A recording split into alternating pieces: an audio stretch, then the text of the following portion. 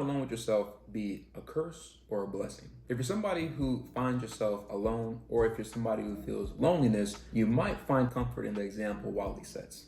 In this video, we'll talk about how Wally teaches us some of the benefits that come with being alone. Now, as a quick disclaimer, I just want to say that being alone and loneliness are two very different things. They sound similar, but they're two very different things.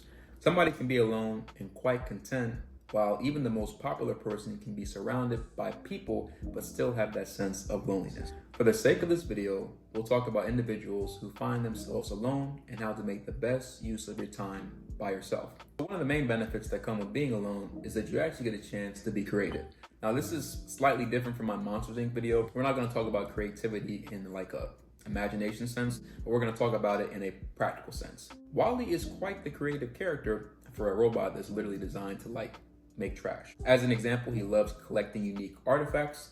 He's low-key OCD, or he has selective OCD. His creativity allows him to replace parts of himself, create sculptures for Eve, having an umbrella, and then getting struck by lightning again. And he creatively saves the plant by protecting it inside his body a couple times. So for individuals who find themselves being alone, you can spend that time not only thinking of new ideas, but also having creative hobbies. It can be anything from learning how to draw, learning a new instrument, learning a language, dancing. Don't be afraid to embarrass yourself. Any type of hobby or any type of skill you can learn is very, very helpful to do when you're by yourself. Something as simple as 5 to 10 minutes can have a huge effect on you and your skills. When you're by yourself, not only do you have more time to be creative, but you also have more time to be productive. Scheduling time by yourself is actually very helpful because you can minimize distractions around you. Wally sets the example by having a schedule every single day, working for hundreds of years, but he still knows his limitations. He knows when to stop, he knows when to rest. In addition to being modest, he has also figuratively and quite literally built a world for himself.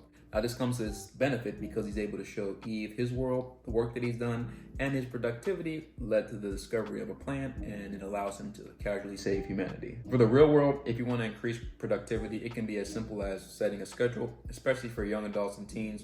When you wake up, when you go to work/school, but more importantly, just track how you spend your free time. Learn how you manage your time, resources, and energy. So you can start this at a young age, that way it comes to your benefit and you can use these skills later on in the future. Now, it's not just through creativity and productivity that we can benefit by being alone. Being alone is quite helpful when it comes to reducing stress. If you're someone who gets easily overstimulated by social interactions, spending time with yourself can help you feel relaxed and not as worried to live up to the social expectations that come with living in society. We learned from Wally that he's never stressed, or I should say he never was stressed.